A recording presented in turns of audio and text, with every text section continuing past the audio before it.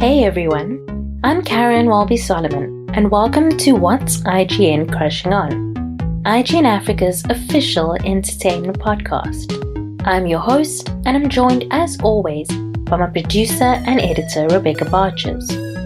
So this is a show where we discuss all things entertainment and pop culture with a new guest every week.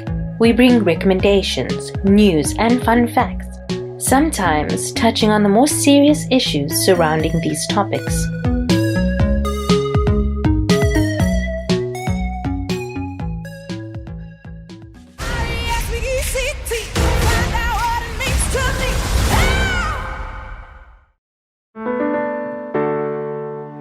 How is Aretha doing? Aretha's doing alright. Just alright. Singing is sacred, and you shouldn't do it just because somebody wants you to. What's most important is that you are treated with dignity and respect.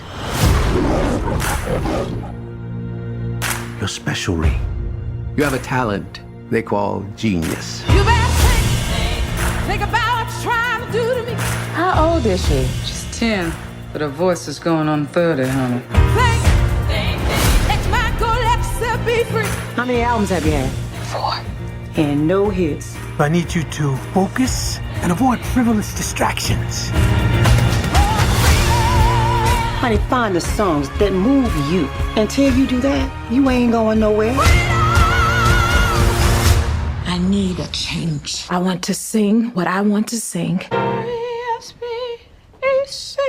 Okay. Find out what it means to me. You really like it? We love it. Riri.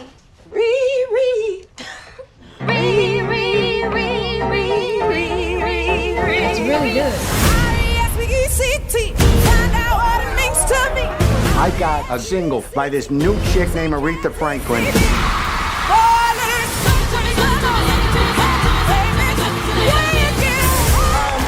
To present Aretha Franklin Day. You're not about to mess this up for me. Ladies and gentlemen, Miss Aretha Franklin. Looking out This song goes on out the morning. to anyone who's ever felt mistreated. I used to feel sure. You need to take a break. I know how to run my business. Have you lost your mind? Maybe I found it. I believe I have the chills.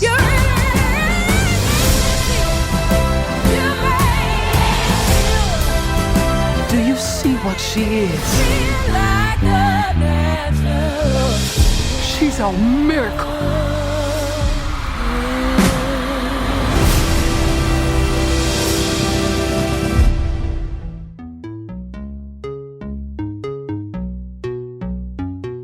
That was the trailer for Respect, the Aretha Franklin biopic, currently in cinemas, directed by South African director LIesl Tommy and starring Jennifer Hudson, Forrest Whitaker, lots of other famous people. It is really good, and later on in the episode, we'll be chatting to LIesl Tommy about the film, Aretha, and so much more.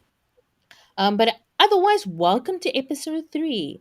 It's me, Karen. I'm joined by Rebecca and Leanne again. And you guys look fresh and lovely. The sun is out. It's a bit of a lie there. I'm literally in bed. Well, I mean, you look...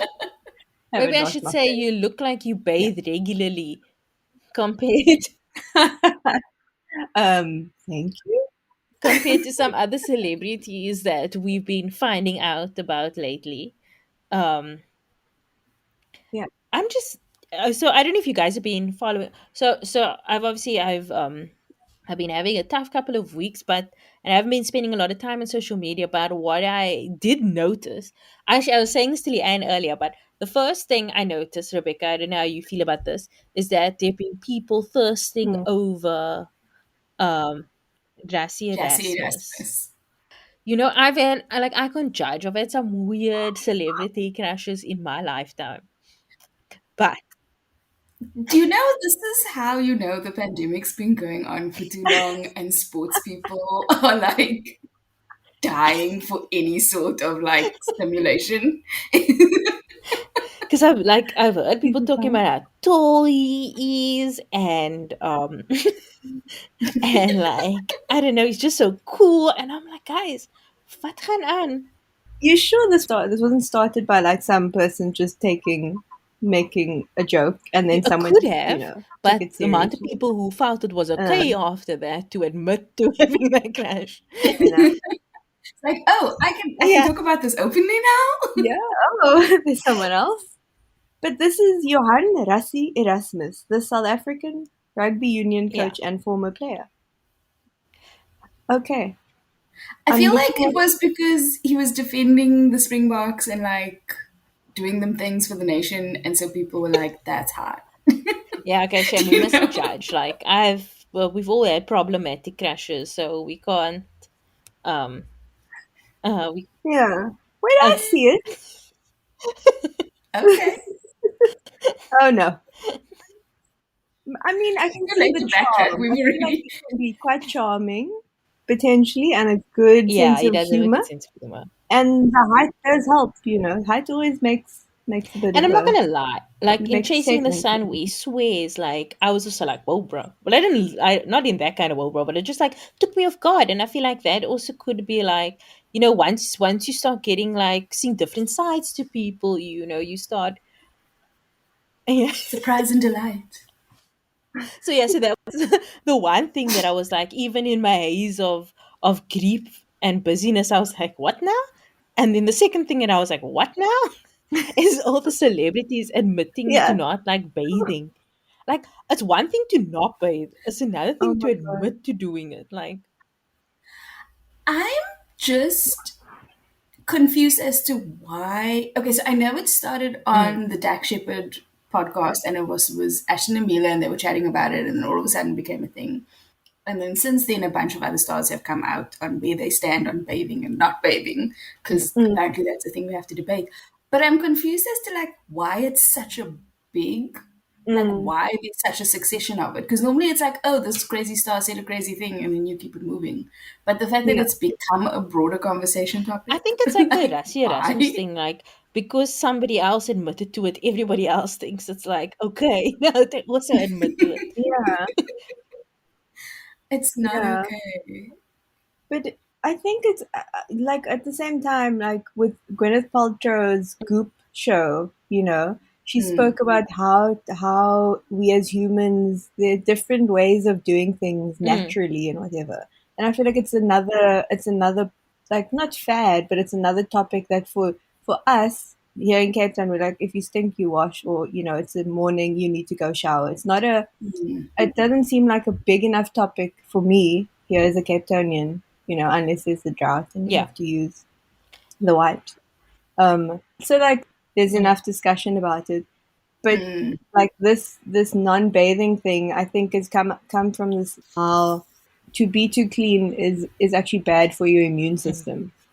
And so it's like almost like another health fad, that people can cling on to as celebrities. To go on your point about the drought, like I have heard like some theories that there's a drought in California right now, and it could be like some kind of like PR stunt.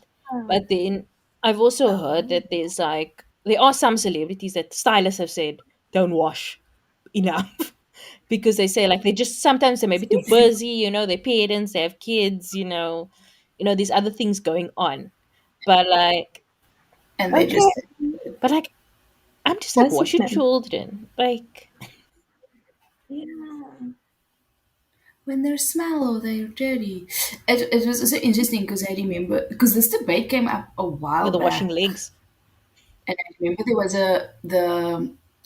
about showering and bathing, and there was a reply all episode that kind of went down a rabbit hole, where basically someone had tweeted that like the difference between showering and not showering and whether you view that as essential also is like very classist.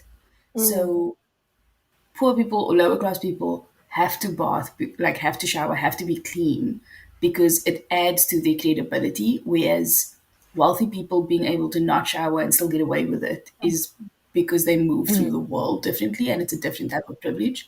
And I just thought it was such an interesting take given how people are responding to the news of like Jake Gyllenhaal not showering or Mila Kunis not watching the kids. Like it's an interesting perspective on it, I suppose.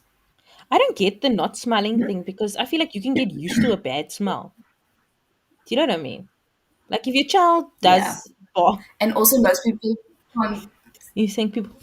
but also you can't smell Mm, yourself. It's very rare that you can smell because you acclimatize to your own mm. odor. So yeah, it's just been like I don't know. I try not to be on the point of judging others and their decisions. But what you said about the lower, I mean about the classes thing is so true. Because if you already come from a less advantaged background and you also aware of the fact that you're not clean and that you haven't, we all know what it's like to Mm, feel refreshed and having had a shower, how that makes you feel. But if you already come from that sort of background, you yeah. already feel like you're on a back foot, or you already feel like you're being judged, that just adds to that. Yeah, it's like if you are poorer and you want to wear baggy Mm, sweatpants, then people view you in a different way to a celebrity who's going to wear, like, what was it, Kanye West? He designed that line where it was essentially based on mm, people off the streets. It was like just Yeah. knapsacks or whatever. I don't want not yeah. knapsacks. You know what I mean, like potato sacks. It's And that was the giving me Kanye West. Zoolander. Yeah, yeah, yeah. Oh man, it's such a good part in Zoolander. What is it called? Derelict. Derelict. Man, I could watch Zoolander in the background, and just enjoy it. I'd play it over and over, and I'd So enjoy it. what is your like? So going off that, like, what would you say? What is your comfort watches, like the things that you keep on? Because I mean, I think that's something that people have spoken about a lot during the pandemic. Is like they saw themselves Mm. rewatching either the same TV shows that they'd seen before, or the same movies because that's Yeah, what comforted them in like difficult times. So you were saying like yeah, Zoolander, but what other things? for sure, Friends, man. I nearly said where everybody knows your name. That's Cheers. Um, but what is the theme Friends, tune? Oh, you will. But I put that on. I put that on in the background. And you? Literally, what noise? I Sorry. I no, for me too, like if I'm feeling especially like sad or stressed, then it's the episodes of Friends where Monica and Chandler get together, and then that series of episodes Yeah, between that and everybody finding out. Um yeah. but also like My eyes, my eyes. it gave me so much joy in the Friends reunion that they redid that scene. I was like, oh my gosh, my guys. Mm, best. Oh, Yeah, with they the did table read. the table read, wasn't it? Yeah. Man, that was a good Yeah, it episode. was Good really well done. succession of it. But also for me it's like a lot of movies as well. So like the night before my birthday I went in and I watched like 10 Things I Hate About You again, and it just gave me so much joy again. Oh, And like the other day I rewatched Notting Hill, and it's like those movies that you know what the endings are, but the endings just make you so happy. mm, Like that's basically mhm. my comfort stuff. And Julian? Um, series definitely like Parks and Rec or Mm, Happy Endings, like anything in that genre. Movies would be like The mm, Holiday and Ah, Pride and Prejudice, either the yeah. 6 hour BBC version if I have all of the time, or the Yeah. 2015 Keira Knightley version. Like I just Pride and Mm, Prejudice is my me too, comfort though. food. oh wow. Y'all Yeah. know Jane I haven't Austen is watched my that. hope for life. I know, I'm fucking Pride and Prejudice. I Like really that's do the like quote. the BBC version, but for me the best one is I like it could be a Kid Night. It's The just such a Keira good Knightley adaptation. version. Have you seen all the porn about My like girl, the I read hand the fan flicks? fiction. Don't Okay. even know. Wait. No, no, What? no. It's like because For there's my no own like curiosity. actual intimate moments, but it's just like yeah, he touches her hand and then he like goes like this afterwards, and it's just like there's a Yeah, like that is the most okay. Best 5 seconds of cinema ever. But it's Like yeah, no, it's so good. I also like I try and keep me quiet, but like I actually watch when I'm when I need to pass the time. I watch a lot of Love Island.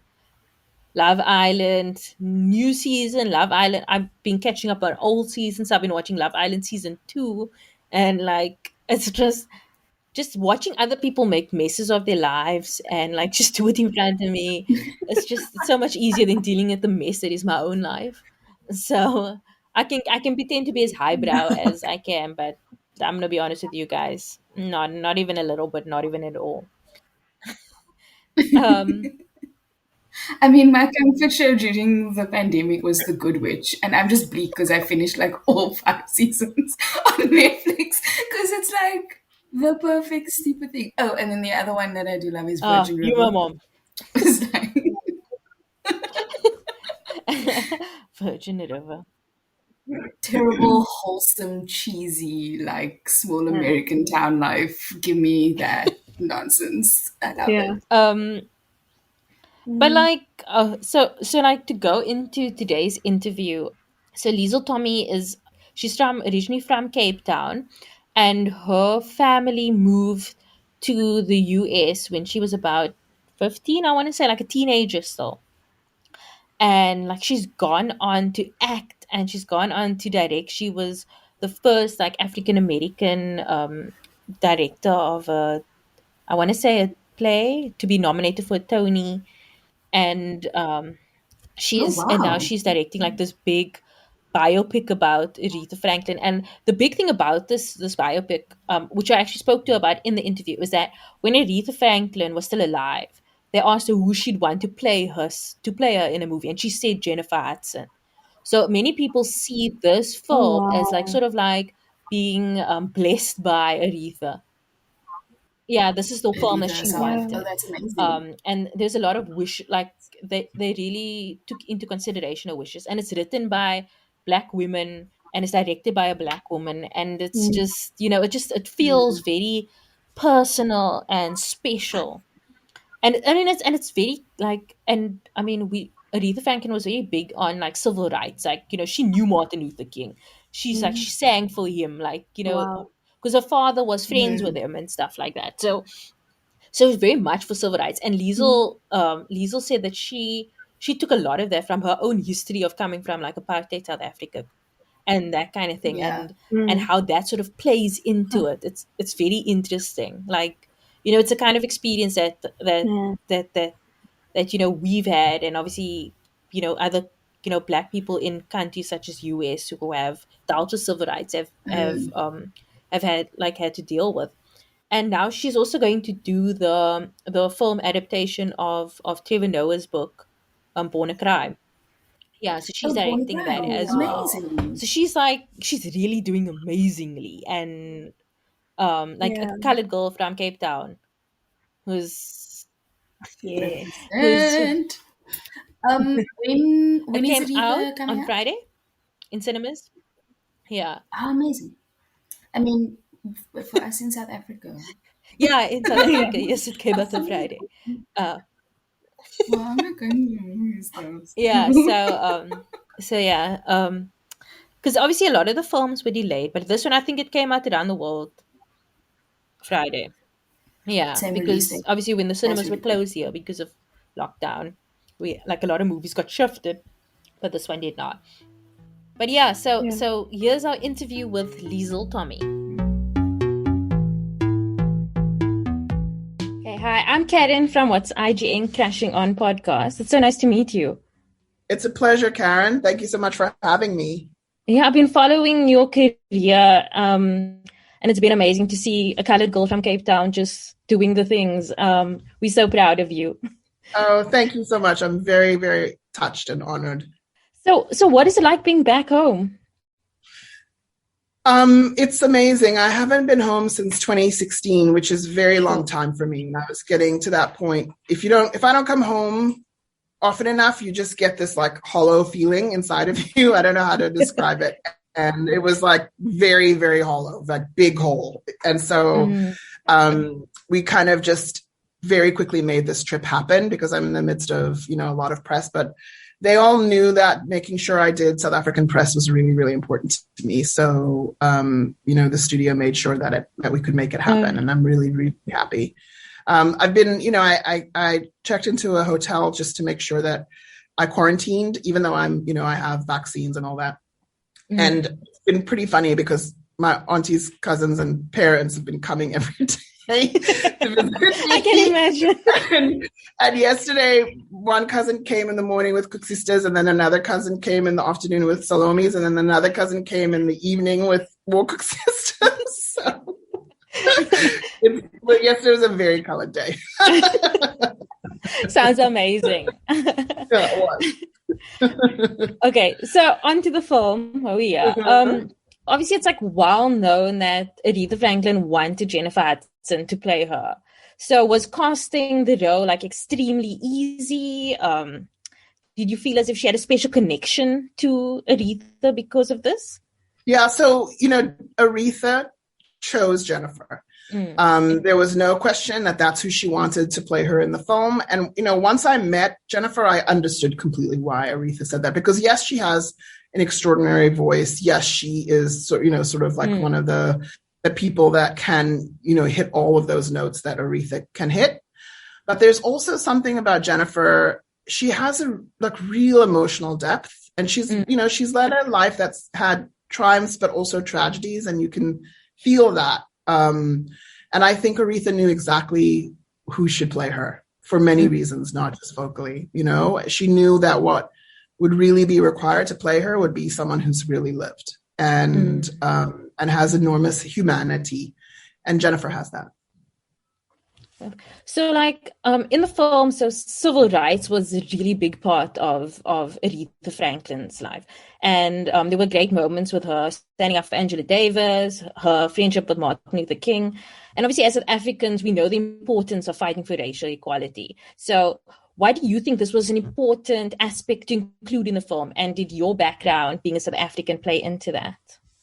Absolutely. Everything that I do has a political, undertone or overtone. Growing up during apartheid, having, coming from a community where activism was very much a part of it, you get that imprinted into who you are at a young age, and it's never not a part of the stories that I tell. And Aretha, that's one thing that she and I had in common. She grew up in a similar household. Her father was, an activist minister, and he was, a mentor to Martin Luther King.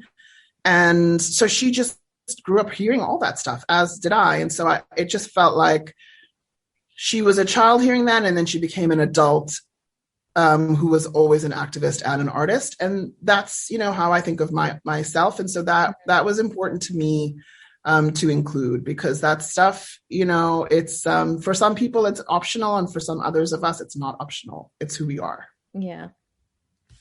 And so the church is also something that was important to her. So was it difficult to display the ups and downs of her faith? When she was all in and when she didn't feel it anymore. So was that difficult to portray? I thought that was, an important part. So when I pitched the film to the studio, when they were still interviewing people, that was the kind of big part of it. I thought it should begin in the church and should end in the church, because one of the things that sometimes happens is once you become a celebrity, sometimes you forget who you really are. You forget your roots. And for her faith was everything to her. But when she hit her dark moments, her faith was a little further away than it had been in the past, and I thought tracking that journey was something that everybody could relate to. Even if you're not religious, just being true to yourself, being truly connected to who you are is a journey that we all go through, no matter who you are, no matter where you're from, no matter whether you're wealthy, you're poor, you're successful, you're a normal person. Everyone can relate to the journey of staying true to who you are and who you're meant to be. And I think that probably also adds into why she's the queen of soul, because she knew her soul. I mean, one of the things when making the film, I had to really say to myself, what does soul mean? What does it mean to be the queen of soul? What is soul to, us, and what was soul to her?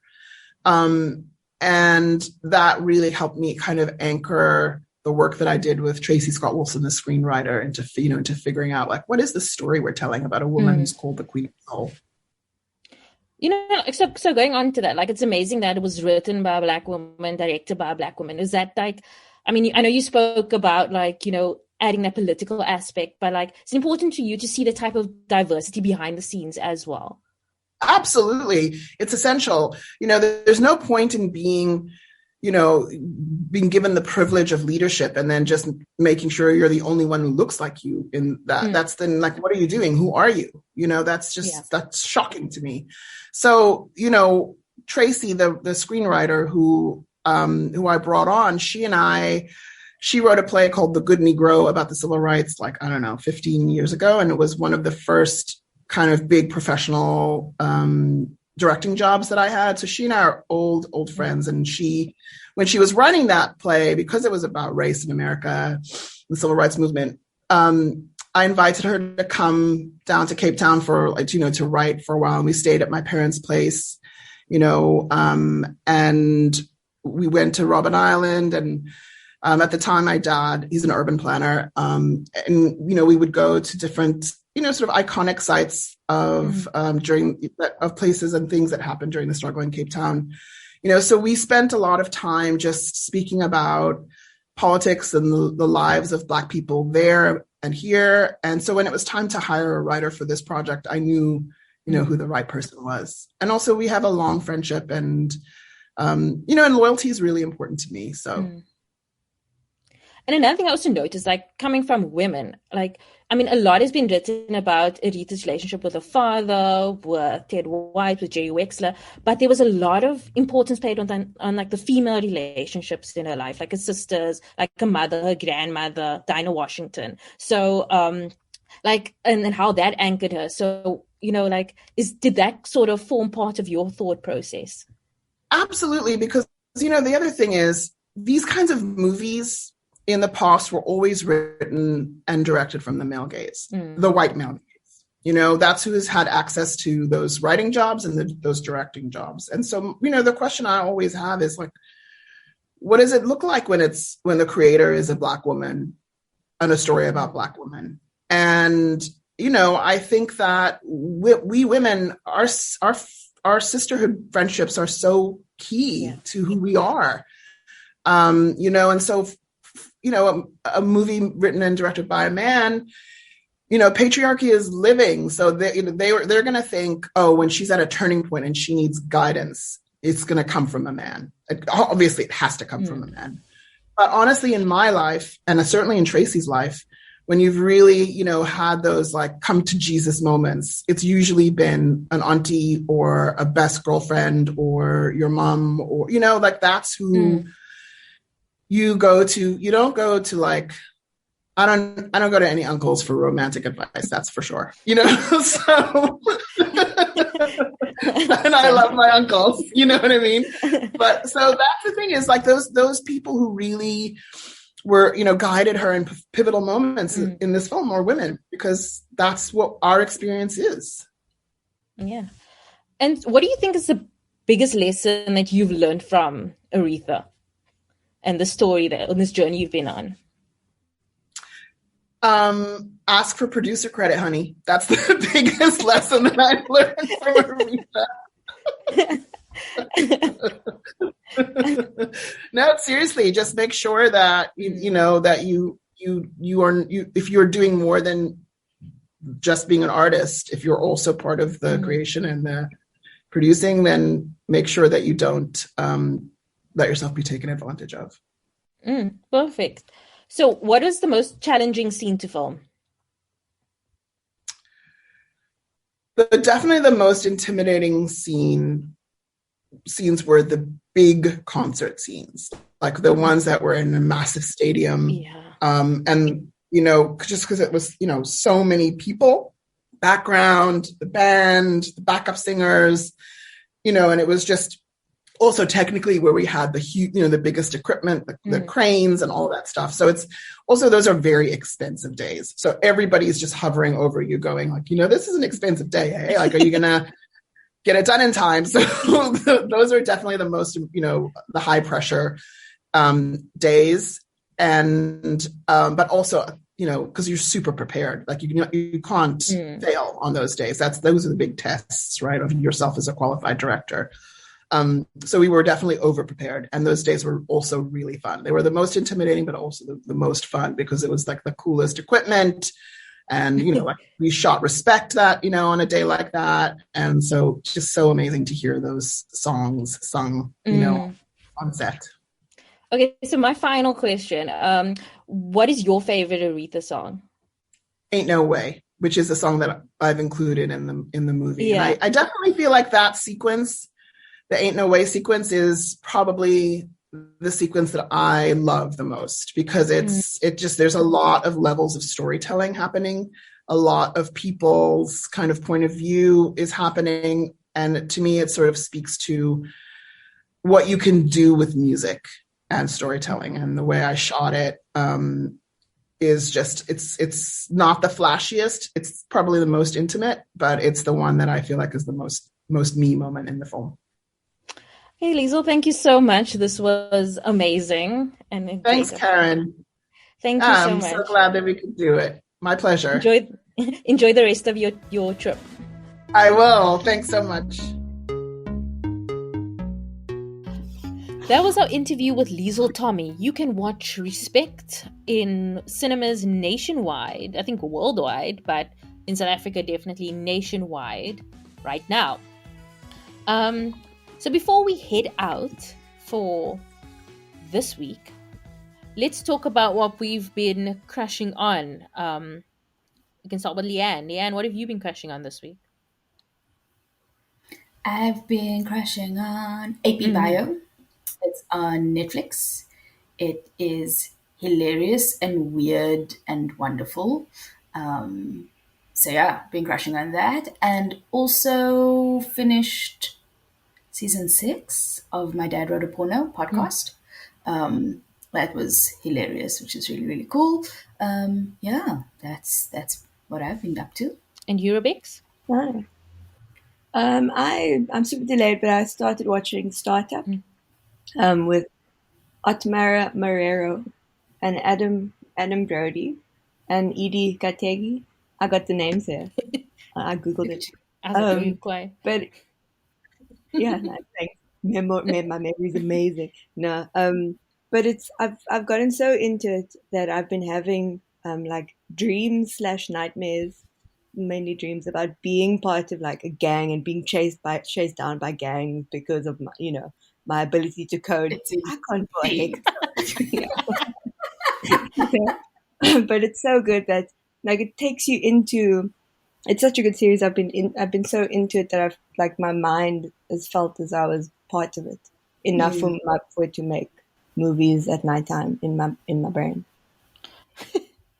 It's so cool. And you, Carrie? So I haven't obviously been watching a lot, but my family and I, as we sit together at night, we started watching Superstore from the beginning, and I've spoken about Superstore so much on this podcast that I'm sure anyone listening will be like, Alvia. But yeah,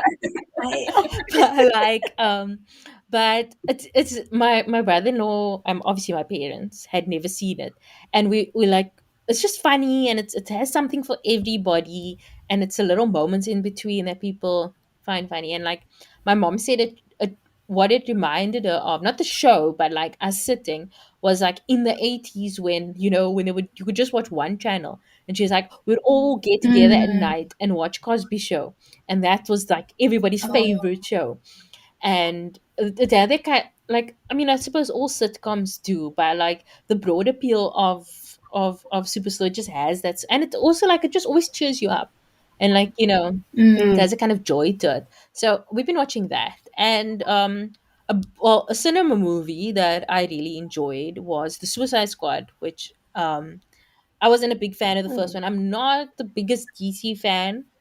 I did like Birds of Prey, but I like the movies, as in like, oh my word, I like this right now, and then I forget about it after a while. It doesn't stick with me the way other movies do. But the Suicide Squad, I don't know how I'm gonna feel about it in like a month's time, but I had such a joy watching it. Like it shocked me, it made me laugh. There's a scene with like the one guy is scared of rats, and the girl in there summons rats, or she can control rats. And then the rat keeps wanting to make friends with the guy that doesn't like him. And then she's like, yeah, he's offering you a leaf. And he's like, what the F must I do with a leaf? It's so logical because you're like, what is he gonna do with the leaf? But it was really funny and distracting, and yeah, and like heart wrenching at some points. Not too heart wrenching, but I mean, yeah, I really enjoyed it. So if you're going to the cinema and you're looking for a film to watch, there's Respect if you're looking for a drama and a good biopic about someone we all look up to, or if you're looking for something that's batshit and like violent and just crazy, then The Suicide Squad. That's what I recommend. So Awesome. yeah, that's all from us this week. Let us know, like WhatsApp us, send us a voice note on WhatsApp and tell us what's your comfort movie or series, seeing that we told you ours. So you can WhatsApp Crushing On at 078 362 2566. Or if you're international, +27 78 362 2566. Everything discussed today will be in the show notes. Yeah.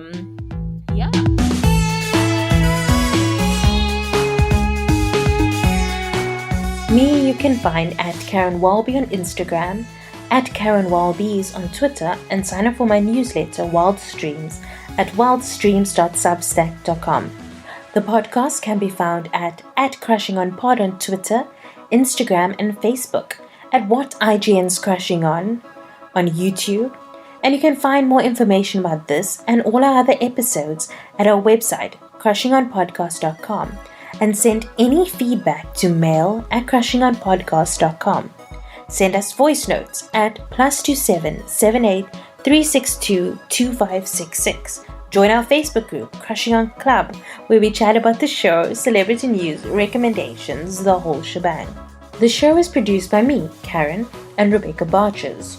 The show is edited and engineered by Rebecca Barches, or admin is done by Leanne Phillipson. Our logo was designed by Nathifa Maroof, and the show was created in partnership with IGN Africa. If you like the show, tell everyone that you can, any way that you can. Keep up to date with all of our episodes by subscribing to the show on Spotify, Apple Podcasts, or wherever you get your podcasts.